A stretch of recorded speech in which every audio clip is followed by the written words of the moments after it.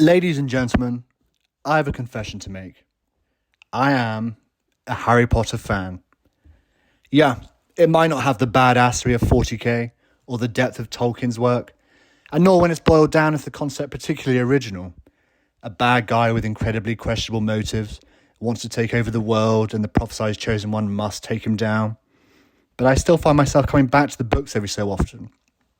There's a wonderful, idiosyncratic charm to JK Rowling's work, particularly in the earlier books, which are aimed more towards children. But as the story develops and as the characters go through tragedy and success, you find yourself fully immersed.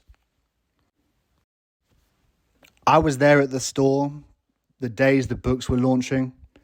I was there at the cinema to see every movie upon release, and for the most part, they're wicked. In fact, when you look back at it, what was accomplished with the 8 movies is pretty unparalleled.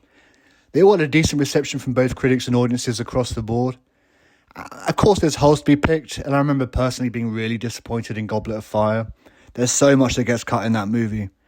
I wanted to see what professional Quidditch looked like. I wanted to see that Quidditch World Cup final. I wanted my proper maze with the sphinxes and the blast-ended Scroots. And you can really say the same for each movie, particularly The Half-Blood Prince, where they cut almost half the story out. So, you can imagine how excited I was when HBO announced the Harry Potter series. With each book being adapted into a season, here's our chance to see JK Rowling's work in its full glory. And the initial information coming out was promising. The same familiar aesthetic would be back. The old sets are being used. Characters like Professor Binns and Peeves will appear, and a faithful adaptation was promised. Despite nothing Hollywood has done in the last 10 years offering even an inkling that the source material would be respected, I was optimistic. This series has the potential to be the biggest of all time. Bigger than Game of Thrones, bigger than Breaking Bad. There's so much goodwill towards this franchise, despite the legion of gender-confused weirdos attempting to foil everything JK Rowling touches, and it's perfect for a longer adaptation. If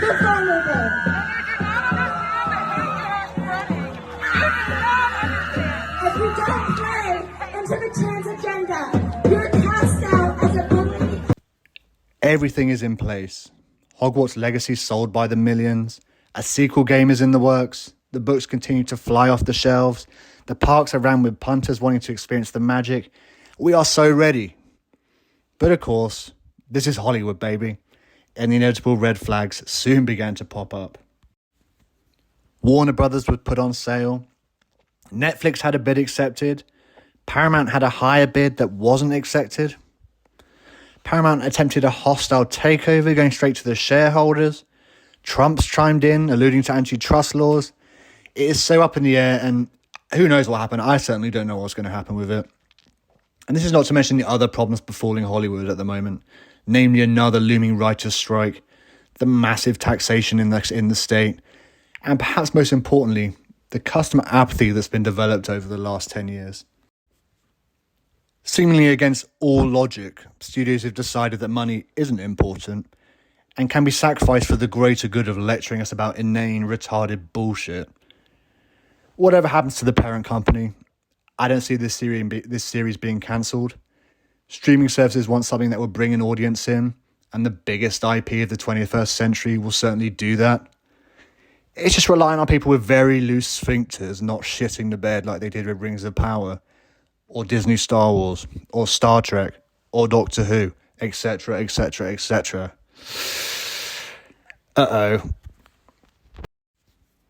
Now, it's impossible to talk about red flags without addressing the giant race-swapped hippogriff in the room. Papa Essiedu's casting as Severus Snape sent alarm bells ringing among fans from across the political spectrum. Severus Snape, described multiple times by JK Rowling as white and ugly, is to be played by an actor who is neither. And this isn't anything personal against Papa himself. I actually think he's quite a good actor, and he seems like a genuine bloke from what I've seen of him. Who knows? If we actually subscribe to the well-founded idea of content of character over skin colour, it would be what it is. But we don't, and politics and ideologues have ripped a massive division between people along superficial lines, and we find the prospect of modern-day politics inserting itself into another story yet again. I like Papa, but he's not Snape.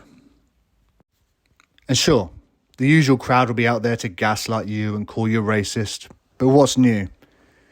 Anybody with a brain understands where the true bigotry lies. We just want accuracy and HBO to fulfill the promise they made that it would be a faithful adaptation. Unfortunately, Papa's casting completely flies in the face of that. Snape is such a pivotal, deep character in the story with an intriguing, tragic story arc that plays with your emotions, excellently portrayed by the legendary Alan Rickman, whose casting actually forced all the other adult actors to be aged up in the original films. It would take something incredibly special to better that, and that's the task facing Papa Essiadu. As Alan Ing of Film Threat says, he has to be better than Alan Rickman.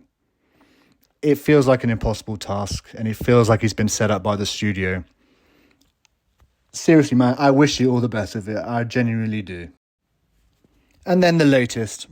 Dumbledore actor John Lithgow sat down with Variety to discuss his latest film, Jimper.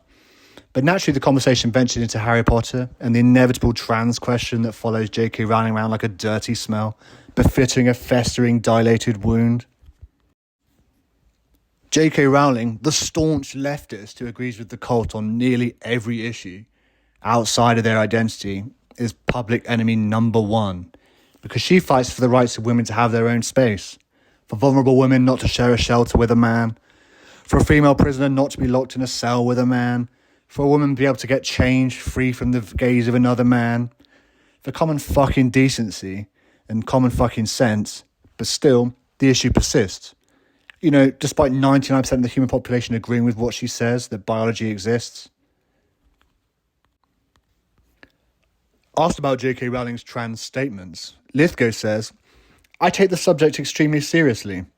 She has created this amazing canon for young people, and it has jumped into the consciousness of the society. It's about good versus evil, kindness versus cruelty. I find her views ironic and inexplicable. I've never met her. She's not really involved in this production at all. But the people who are remarkable." John Lithgow finds it ironic that JK can write a story about kindness versus cruelty, yet sit on the side of women who want their own space. I find it ironic that John Lithgow's 80 years old and is still this fucking stupid.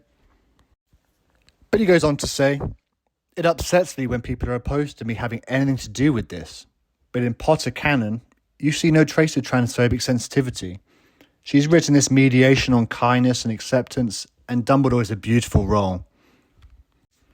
You see no trace of transphobic sensitivity." I wonder why, John.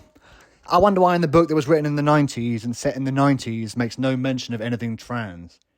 It's because it didn't fucking exist, John. We didn't have thousands of perverted old men being emboldened and encouraged in their fetish.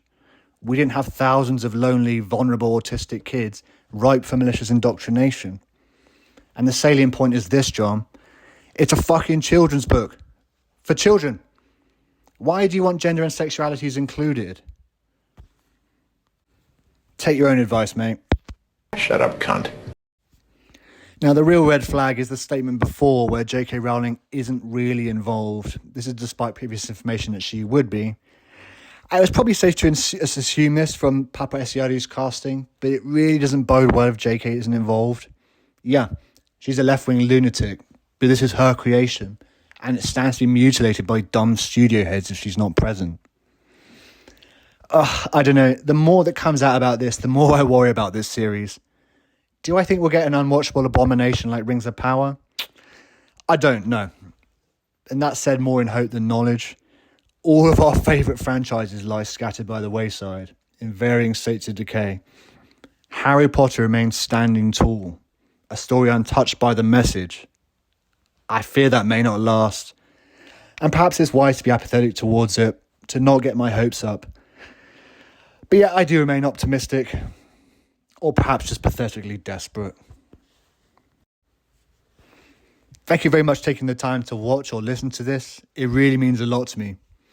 Going forward, the first aim is to really improve the audio quality. I know it's poor at the moment, but I'm working on a bit of a light setup. Still, I really do appreciate that you made it this far, and I'll be seeing you in the next one.